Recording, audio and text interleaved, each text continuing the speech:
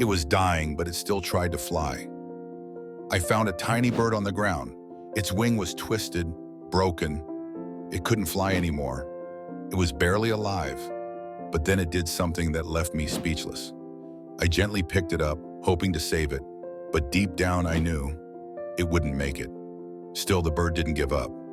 With its broken wing, it struggled, trying to flap, trying to fly away, but then it stopped. The bird's fight was over. And yet, in those last moments, it taught me something powerful.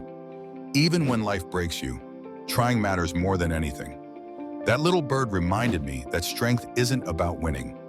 It's about fighting until the very end. If you believe in never giving up, subscribe for more stories like this.